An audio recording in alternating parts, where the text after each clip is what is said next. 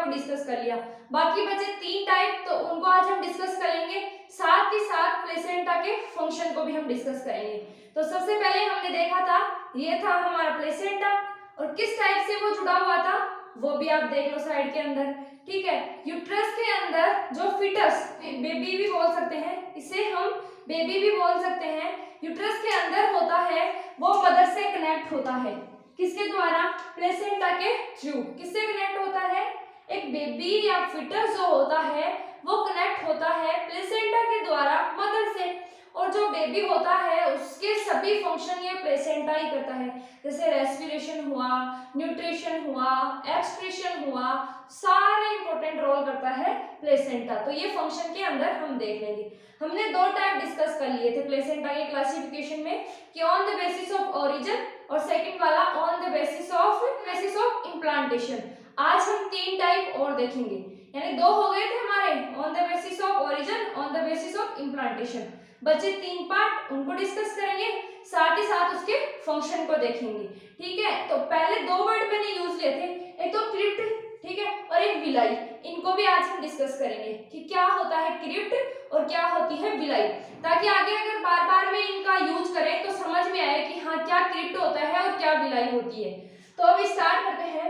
Uterus में decidual layer होती है, ठीक है, उसके अंदर पाए जाते हैं क्रिप्ट। ठीक है, क्या पाए जाते हैं? क्रिप्ट। और जो विलाई होती है वो पार्ट होती है फिटस का, एम्ब्रियो का। देख लो आप, एम्ब्रियो में मैनी फिंगर लाइक प्रोजेक्शन का फॉर्मेशन हो जाता है, जो अत्यंत स्मॉल एंड थिन होती है, जिन्हें माइक्रोविलाई कहा जाता है। इनको एक जगह आप लिख लें। अब ये माइक्रोविलाई जो होती है, ये माइक्रोविलाई क्या काम करती है? इन क्रिप्ट के अंदर धसी हुई होती है। मान लो ये क्रिप्ट है, तो इनके अंदर ये विलाई धसी हुई है।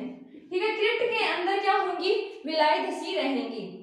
तो ये तो है एम्ब्रियो का पार्ट, और ये है यूट्रस का पार्ट। ठीक है, यूट्रस की जो डेसिडुअल लेयर होती है उसके अंदर क्रिप्ट पाए जाते हैं, और जो फिंगर लाइक प्रोजेक्शन होते हैं, जो इसके अंदर एम्ब्रियो में मैनी फिंगर लाइक प्रोजेक्शन होंगे, उनको बोला जाएगा, क्या बोलेंगे? उसको विलाई बोलते हैं। तो ये हुआ इसके पार्ट। और जो प्लेसेंटा की फंक्शनल यूनिट होती है वो भी माइक्रोविलाई को बोला जाता है। तो 2 टाइप हमने डिस्कस कर लिए थे, अब बाकी बचे 3 टाइप और डिस्कस करते हैं, और साथ ही साथ उसको हम देखते हैं इसके फंक्शन को।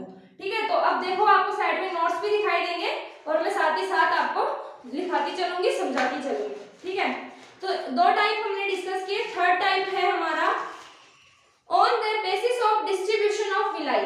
ठीक है, क्लासिफिकेशन चल रहा है, थर्ड है। पहला, अगर आपने पहला वीडियो नहीं देखा है तो उसको देखें, ताकि आपको ये वीडियो अच्छे से समझ में आ जाए। On the basis of distribution of villi. ठीक है, प्लेसेंटा का टाइप है, क्लासिफिकेशन चल रहा है। तो ये है, पहला है डिफ्यूज प्लेसेंटा, ठीक है, और सेकंड है कोटिलिडनरी प्लेसेंटा। पहले इनको डिस्कस करते हैं, इनके डायग्राम देखते हैं। पहला है डिफ्यूज प्लेसेंटा। इस टाइप के प्लेसेंटा में विलाई कंप्लीट सरफेस पर फैले रहते हैं।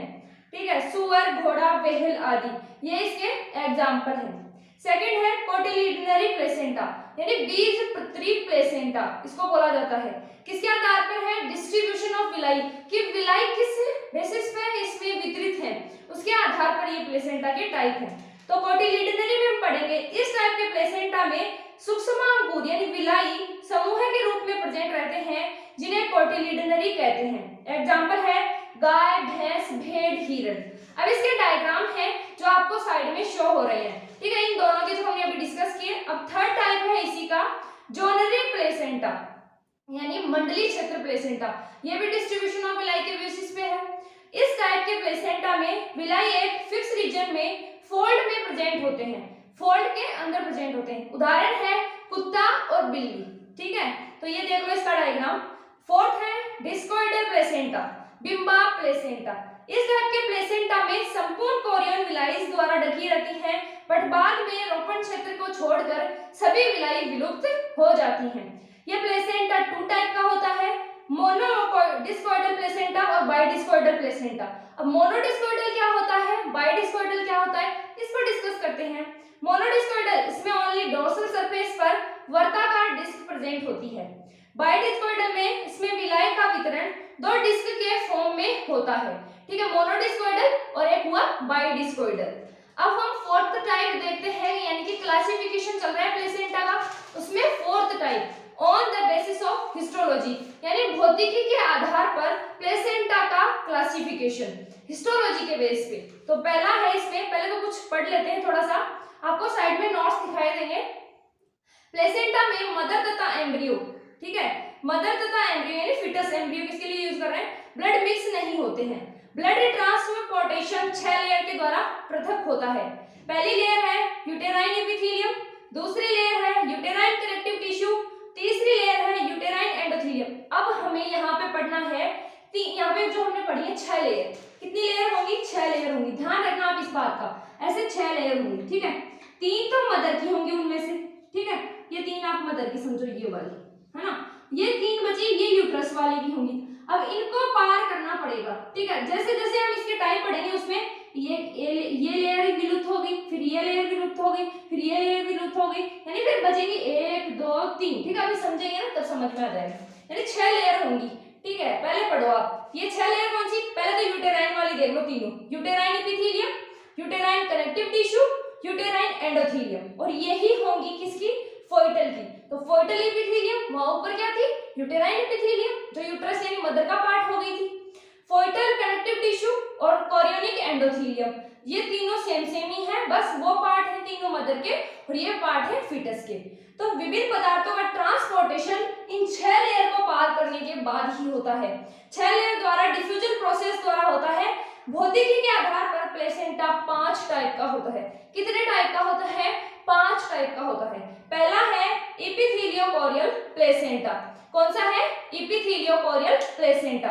अब इसको पढ़ते हैं, यह सबसे सिंपल टाइप का प्लेसेंटा है, इसमें 6 लेयर यानी 3 मैटरनल और 3 फोइटल, 6 की 6 लेयर इसमें पाई जाती हैं। इसमें भ्रूणी रसांकुरों यानी विलाई की उपकला, ठीक है, गर्भाशय उपकला के संपर्क में होती है, ठीक है, ये पढ़ो आप आराम से, क्योंकि 6 लेयर है, तो 6 लेयर है, आपको डायग्राम दिखाई दे रहा होगा, ठीक है, उसमें आप देखो उधर, ये बोल रहा था ना कि फोइटल एपिथेलियम यूटेराइन एपिथेलियम के कनेक्शन यानी कनेक्ट होती है, क्योंकि ये दोनों पास में है। डायग्राम में देखो, माता के ब्लड से, अब आगे पढ़ते हैं, माता के ब्लड से एम्ब्रियो के ब्लड में न्यूट्रिएंट सब्सटेंस, गैसेस तथा एक्सक्रीटरी प्रोडक्ट के एक्सचेंज में इन 6 लेयर को पार करना पड़ता है, ठीक है। इसके अंदर इसके एग्जांपल हैं सुअर, घोड़ा आदि। अब ये डायग्राम देखो, पहले इसमें फोइटल एंडोथेलियम, फिर कोरियोनिक कनेक्टिव टिश्यू, ठीक है, फोइटल एपिथेलियम, ये तीनों पार्ट हो गए फिटस के।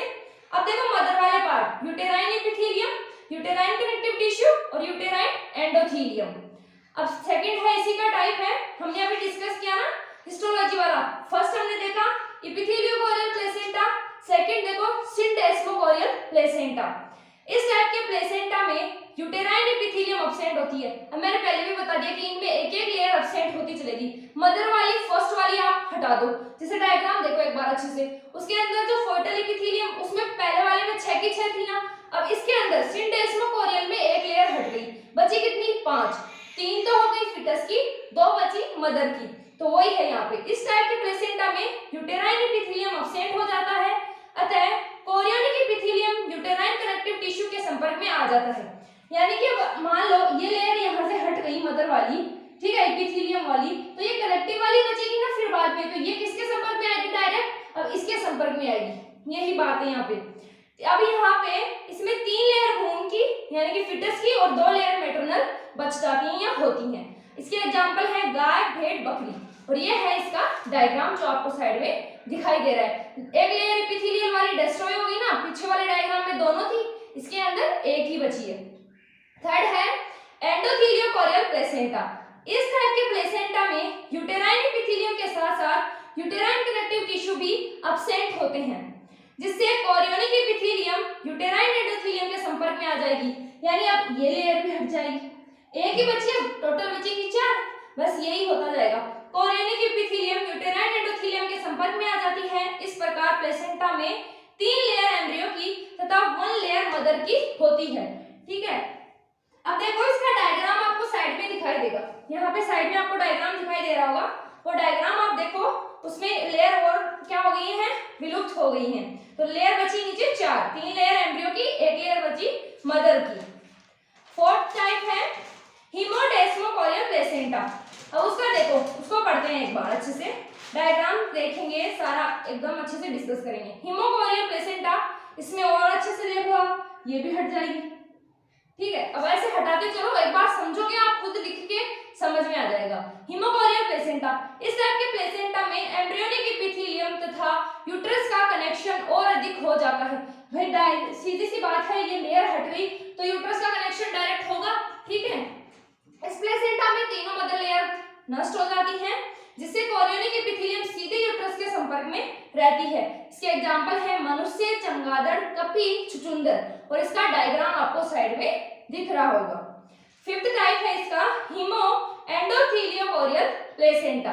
अब इसका पढ़ते हैं क्या है इसमें। इस टाइप का प्लेसेंटा सबसे जटिल टाइप का होता है। इसमें तीनों मैटरनल लेयर के साथ साथ एम्ब्रियोनिक एपिथेलियम भी क्षतिग्रस्त हो जाती है।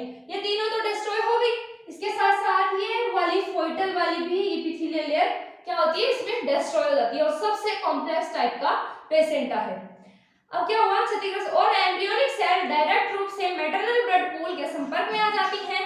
एग्जांपल है चूहा, खरगोश आदि, ठीक है। ये डायग्राम है, इसका आपको दिखाई दे रहा होगा। डायग्राम से अच्छे से समझ में आ जाता है कि अगला हमें क्या बताना चाह रहा है, ठीक है। अब 5 नंबर का हम देखने वाले हैं, क्लासिफिकेशन के आधार पर प्लेसेंटा का टाइप है on the basis of intimacy, घनिष्ठता के आधार पर प्लेसेंटा के टाइप। तो पहला है नॉन डेसिडुअस, यानी कि सेमी प्लेसेंटा जिसको हम बोल सकते हैं। अब इसको देखेंगे, आप भी साइड में देखो, उसको लिख लो, नोट्स बना लो अच्छे से। इस टाइप के प्लेसेंटा में एम्ब्रियो का यूट्रस में रोपण सुपरफिशियल टाइप से होता है। अब सुपरफिशियल हमने पीछे डिस्कस किया है, आपने पढ़ा होगा अच्छे से, आपको समझ में भी आया होगा। यूट्रस की वॉल में अधिक गहराई नहीं, मतलब हमने देखा कि सुपरफिशियल टाइप से हो गया, यानी कि ऊपर ऊपर। रसांकुर यूट्रस की वॉल में अधिक गहराई तक नहीं धसे रहते, जिससे बच्चे के जन्म के समय रसांकुर बिना क्षतिग्रस्त हुए गर्भाशय की दीवार से बाहर निकल आते हैं और ना ही गर्भाशय भित्ति किसी प्रकार की क्षति होगी। इस टाइप के प्लेसेंटा में बच्चे के जन्म के समय गर्भाशय में रक्तस्राव भी नहीं होता है। क्यों नहीं होगा, सुपरफिशियल टाइप से वो कनेक्ट है, तो सुपरफिशियल टाइप से यानी ऊपर ऊपर से, तो वो क्या होगा, हटेगा तो ना तो कोई टिश्यू डिग्रेड होगा और ना ही ब्लीडिंग होगी। तो इस प्रकार का प्लेसेंटा है ये, कौन सा, नॉन डेसिडुअस प्लेसेंटा। एग्जांपल है गाय, भैंस, ऊंट, घोड़े आदि, ठीक है। सेकंड है डेसिडुअस प्लेसेंटा। इस टाइप के प्लेसेंटा में भ्रूणीय तथा मातृक ऊतकों के मध्य अधिक ज्यादा संबंध होता है। इसकी वजह से क्या होगा, जब ये इनका कनेक्शन हटेगा, ठीक है, तो क्या होगा, ब्लीडिंग होगी, क्योंकि टिश्यू डिग्रेड होंगे। यही है इसके अंदर। भ्रूण से डेवलप एलेंटोकोरियोनिक विलाई यूट्रस वॉल में अधिक गहराई में धसे रहते हैं, जिससे शिशु जन्म के समय यूटेराइन वॉल कई स्थानों से क्षतिग्रस्त हो जाती है, जिससे शिशु जन्म के समय रक्तस्राव होता है। इसे ट्रू प्लेसेंटा भी कहते हैं, जैसे मनुष्य, कुत्ता, बिल्ली, रैबिट आदि, ठीक है। थर्ड है कॉन्ट्राडेसिडुअस प्लेसेंटा। इस टाइप के प्लेसेंटा में भ्रूणीय तथा मातृक टिश्यू के बीच और अधिक घनिष्ठ संबंध हो जाता है, अतः शिशु के जन्म के समय maternal tissue and foetal tissue दोनों क्षतिग्रस्त हो जाते हैं। एग्जांपल है पेरामेल्स एंड टाल्पा, आपको साइड में नोट्स भी दिख रहे होंगे। अब हम डिस्कस करेंगे प्लेसेंटा के फंक्शन को। तो देखते हैं फंक्शन। पहले भी हमने डिस्कस कर लिया कि फीटस के सभी फंक्शन करेगा प्लेसेंटा, जैसे रेस्पिरेशन हुआ, एक्सक्रीशन हुआ, ठीक है, न्यूट्रिशन हुआ, ये सब प्लेसेंटा के फंक्शन होंगे। जैसे स्टोरेज हुआ, तो वो अभी डिस्कस करते हैं। सबसे पहले न्यूट्रिशन। प्लेसेंटा माता के ब्लड से पोषक पदार्थ एम्ब्रियो तक पहुंचाने में सहायक होता है। पहला फंक्शन हो गया कौन सा, न्यूट्रिशन वाला। दूसरा है रेस्पिरेशन, प्लेसेंटा द्वारा O2 व CO2 का आदान प्रदान किया जाता है। थर्ड है एक्सक्रीशन, प्लेसेंटा एम्ब्रियो के अपशिष्ट पदार्थों को माता के ब्लड से डिफ्यूजन द्वारा स्थानांतरित कर देता है। अभी हमने डिस्कस भी किया है इसके बारे में।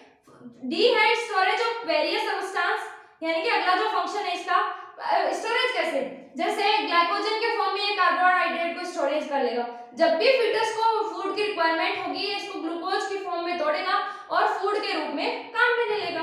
बस यही है। सॉरी, प्लेसेंटा में फैट, ग्लाइकोजन, आयरन आदि पदार्थों को स्टोर किया जाता है, ठीक है।